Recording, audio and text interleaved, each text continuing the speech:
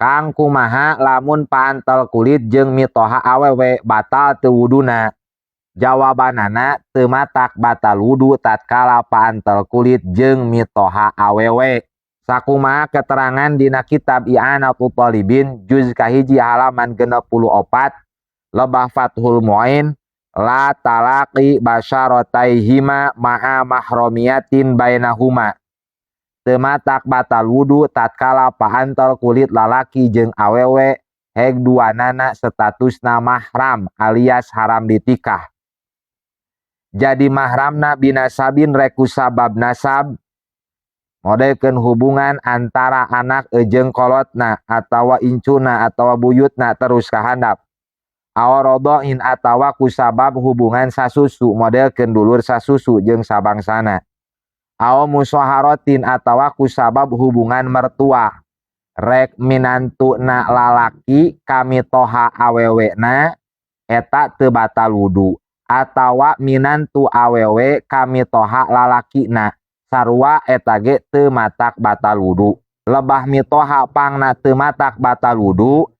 Saur dina syarah I'anatul Talibina hubungan mitoha teh tujibu at-tahrim ala ta'bid.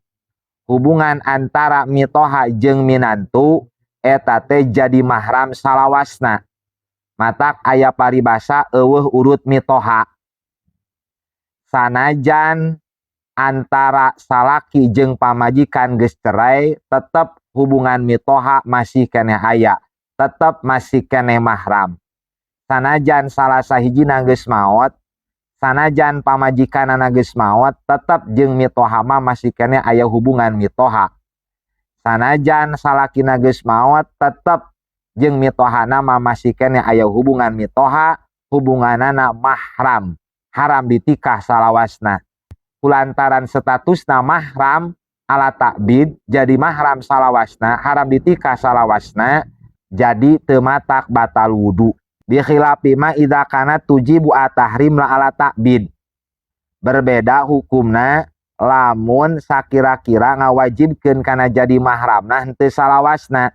Ka ukhti zaujatihi sapertos dulur awena pamajikan. Rek lanceuk awena pamajikan atawa adi awena pamajikan eta mah mahramna henteu ala ta'bid.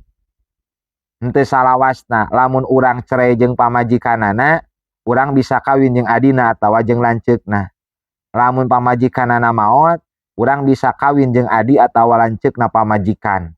Sabab ku cerai atawa ku maot bisa leungit status mahram jeung dulur awewe na pamajikan. Fa innal wudu'a yantaqidu bilamsiha. Paantel kulit jeung dulur awena pamajikan rek adina rek lanceukna eta matak ngabatalkeun kana wudu. Jadi kesimpulanana tatkala paantel kulit rek minantu lalaki kamitoha awewe sami teu matak batal wudu. Rek minantu awewe kamitoha lalaki eta ge sami teu matak batal wudu. Lintipai malzinnati syahwati karena teu ayana sangkaan gede, ayana syahwat didinya tatkala aya hubungan mahram anu salawasna ala ta'bid. Mugi aya manfaatna wallahu a'lam bissawab.